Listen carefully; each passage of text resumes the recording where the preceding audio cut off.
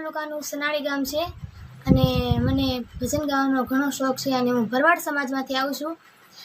ભજનમાં મને આગળ પ્રયત્ન અને સપોર્ટ ઘણો મારા પરિવારનો પણ ઘણો છે, મારા મમ્મી પપ્પાનો પણ ઘણો છે,